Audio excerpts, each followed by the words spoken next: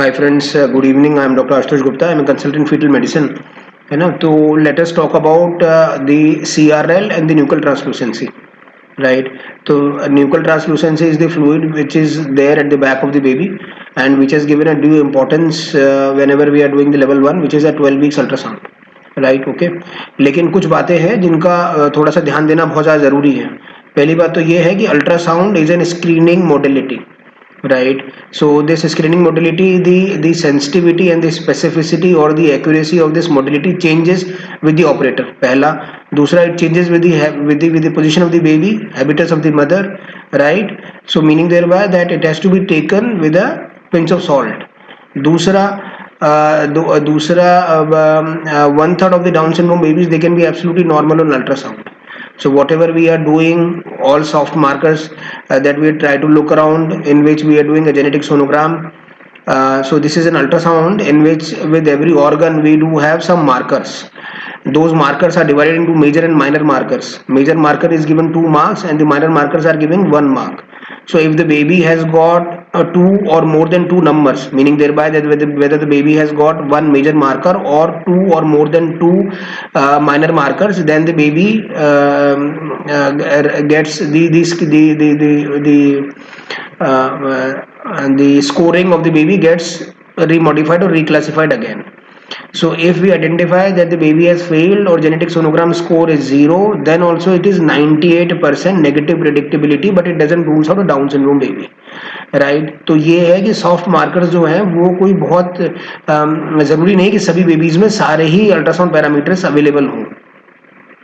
तीसरा, normal normal nuclear translucency के साथ में we can have a very severe significant pathological holosystolic TR.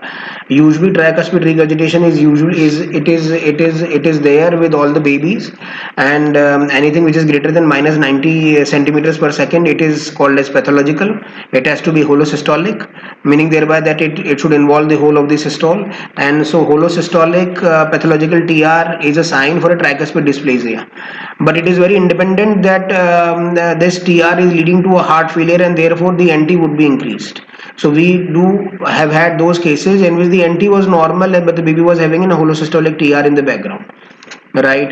So nuchal translucency के बारे में अगर अपन बात करें तो अगर nuchal translucency किसी क्राइटेरिया के हिसाब से अगर वो ज़्यादा मिलती है तो इसका मतलब ये है कि जो लिम्फेटिक्स हैं वो ठीक से नहीं बने हैं और कुछ कोलेजनोपैथीज हैं, और अगर वो कोई कार्डियक लीजन अगर है तो वो फेलियर में जा रहा है, और अगर ऐसा आप समझिए कि अगर VSD भी अगर है तो VSD भी अगर फंक्शनल नहीं है, right? If it is equal, then also it would not lead to a cardiac failure and then the NT code can be normal even, right? Okay, so everything has to be taken holistically. So इसका एक holistic approach रखना जरूरी है, meaning thereby that the baby with the translucency whatever it is there has to kept into a surveillance.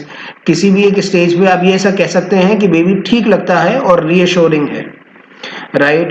Or many times at 12 weeks and 13 weeks the kidneys they have started to function, so meaning thereby that the baby is able to get rid of the excess amount of the water which is available to him or her. पहला. दूसरी बात ये है कि जो uterine arteries की जो flow होती है वो भी improve हो रही होती है, so the uterus is also able to get rid of the excess amount of the fluid. So nuchal translucency which is higher in less than at something around 12 weeks gets resolved by 14 weeks, which is called as a transient nuchal translucency. So if it persists, if it is called as a hygroma coli, meaning thereby that you can have lot of etiology for an increased nuchal translucency, right? So किसी भी point पे ये ऐसा कह देना कि nuclear translucency ज़्यादा है उसकी वजह से बेबी को कोई परेशानी है, तो वो थोड़ा